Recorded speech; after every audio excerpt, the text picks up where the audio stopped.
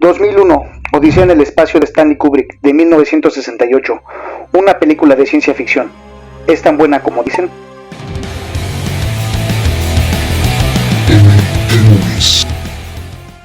Esta película empieza mostrándonos un grupo de simios, humanos de la antigüedad, conviviendo y alimentándose en algún tipo de pradera y lugar rocoso.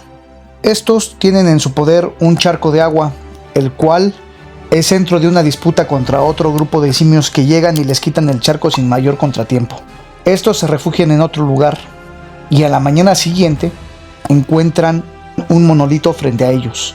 Estos se espantan y se alejan del monolito, pero con el paso del tiempo regresan y empiezan a inspeccionar el monolito, mostrándonos cómo la curiosidad venció al miedo. Se ve como uno de estos simios empieza a utilizar un hueso como herramienta. Estos empiezan a cazar animales y alimentarse de ellos. De esta manera Stanley Kubrick nos muestra que esto fue importante para el proceso de la evolución y que nuestra conciencia fue producto de otros seres. Con el paso del tiempo regresan y desafían al otro grupo de simios por el charco que había sido arrebatado de su poder. Un simio del otro grupo le intenta quitar el hueso que está siendo utilizado como arma, pero este es golpeado hasta la muerte y los demás simios de su grupo se retiran del lugar sin pelea. Y al final de esta secuencia vemos como el simio con el hueso en la mano lo lanza hacia el cielo y en este momento escuchamos Así habló Zaratustra de Richard Strauss. En este momento vemos como el hueso que es lanzado al cielo es cambiado por una nave en el espacio y nos presentan a nuestro primer actor humano, Sigmund Freud, el cual va en un viaje hacia la luna. En esta secuencia vemos mucha tecnología en el cual en 1968 tuvo que haber sido revolucionario. Zapatillas de agarre de la azafata para revertir los efectos de la gravedad cero, pantallas individuales de entretenimiento, reconocimiento de voz e inclusive videollamadas. Tenemos que tomar en cuenta que todo esto es normal en el siglo XXI, pero que en 1968 tuvo que haber sido impensable. En esta parte de la película vemos cómo nuestro protagonista realiza una videollamada con su hija. La felicita por su cumpleaños, aunque la verdadera razón de la llamada era para comunicarse con su esposa. Más tarde lo vemos que se reúne con una amiga y sus colegas y le preguntan que a dónde se dirige. Él responde que a la base Clavius en la luna. Le preguntan sobre los rumores que corren de que hay una nueva enfermedad en la luna, pero no les confirma nada y dice que no está autorizado para revelar ningún tipo de información. De esta manera lo vemos continuar con su viaje hacia la luna.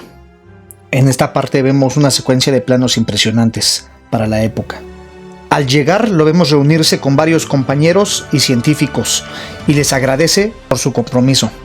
Habla un poco más sobre el descubrimiento que realizaron en la base Clavius, en la luna, y les recalca que todo tiene que estar en secreto para no alarmar a la población. Después vemos una expedición en la cual va el Dr. Floyd y los vemos comer mientras hablan un poco más de la misión. Es aquí cuando conocemos que en el lugar hay un artefacto que produce ondas de radio y mencionan que fue deliberadamente enterrado hace más de 4 millones de años y no se sabe quién lo hizo. Al llegar al lugar se encuentran con el monolito, pero justamente a la hora de ser fotografiado, este realiza un pitido, dejando a los investigadores aturdidos. 18 meses después, en la nave Discovery One van en dirección hacia Júpiter, pero los objetivos de la misión seguirán siendo ocultos para la tripulación. Aquí conoceremos a nuestros siguientes dos personajes, el Dr. Frank y el Dr. David, más 3 personajes que están en hibernación y la supercomputadora HAL 9000 que controla todos los sistemas de la nave. Y es aquí donde nos enteramos que es la primera vez que se viaja a Júpiter y que la supercomputadora HAL 9000 nunca ha tenido un error. Luego el Dr. Frank recibe una llamada de sus padres para felicitarlo por su segundo cumpleaños lejos de ellos. Más tarde vemos cómo el Dr. Frank y el Dr. David interactúan con la computadora HAL 9000. Es aquí cuando HAL habla de unos rumores de un hallazgo en la luna e informa de una falla inminente en el módulo AE-35 y que tienen un lapso de 72 horas para repararlo y evitar problemas mayores. Es aquí cuando vemos al Dr. David abordar una cápsula que le ha preparado la computadora HAL. Reemplaza el componente en el frío espacio y regresa a la nave. En la nave le hacen las pruebas necesarias al componente AE-35 y se dan cuenta que no hay ningún tipo de falla. Los astronautas informan lo sucedido y les mencionan que otra computadora HAL 9000 ha llegado a otra conclusión. De esta manera se dan cuenta que la computadora HAL 9000 de la nave se pudo haber equivocado. Frank y David se suben a una cápsula y se aseguran de que la computadora no los puede escuchar. Discuten sobre lo que ha sucedido y mencionan que volverán a poner el componente AE-35 y si no falla tendrán que desconectar a HAL, mientras que HAL observa sus labios. Frank sale de la nave para colocar el componente, pero HAL corta la manguera de suministro de oxígeno. David va en busca de su amigo sin saber lo que ha sucedido. Y es aquí cuando HAL elimina a los demás tripulantes. Cuando David regresa a la nave, le es negado el acceso, teniendo que ingresar por la escotilla de emergencia, esta siendo una maniobra muy arriesgada. Al ingresar a la nave, se dirige a desconectar a HAL, mientras que este le ruega que no lo haga, y como si fuera un humano, pide perdón, y le dice que es algo que tenía que hacer para no arriesgar la misión. David, sin prestarle mayor atención, procede a apagarlo, mientras que HAL sigue pidiendo clemencia.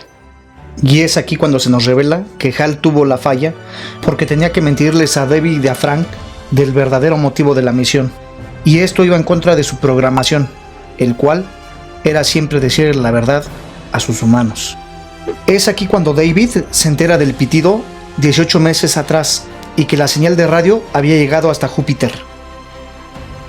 Pasa el tiempo y David llega a la órbita de Júpiter y observa un monolito en el espacio.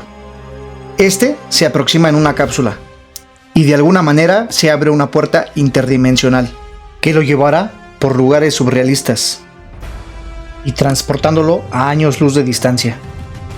A David se le ve con miedo y confundido por los lugares inmundos que acaba de descubrir. Al término de esto, lo vemos aparecer en una habitación, igual de confundidos que nosotros, no sabe dónde está. Se le ve con una edad mayor y no sabe qué ha sucedido. En un espejo ve su edad avanzada. Al observar en una habitación, ve a una versión de sí mismo, pero más envejecida. En un ciclo de envejecimiento avanzado, cada versión de David es aún mayor. Al tirar una copa, se da cuenta de una versión de él en su lecho de muerte. Frente a él aparece el monolito. En un profundo momento de transformación mística, David se transforma en un bebé. Finalmente vemos al bebé estelar flotar frente a la Tierra. Stanley Kubrick en un inicio no quiso dar explicaciones sobre la película. Kubrick lo que quería era inspirar reflexiones en las personas, que se realizaran preguntas y que se agitaran sus emociones, pero sobre todo que se realizaran interpretaciones personales. Más tarde, Stanley Kubrick en 1980 contestó algunas preguntas en una entrevista icónica. David fue transportado a otra dimensión. La habitación en la que se encontraba era una especie de zoológico, con seres que eran pura energía. David ve su vida pasar, y al final de esta es transformado en un super ser y es regresado a la Tierra. Si el video te gustó, suscríbete y regálanos un like. Esto nos ayudaría a seguir hablando del séptimo arte, porque esto es... M de Movies.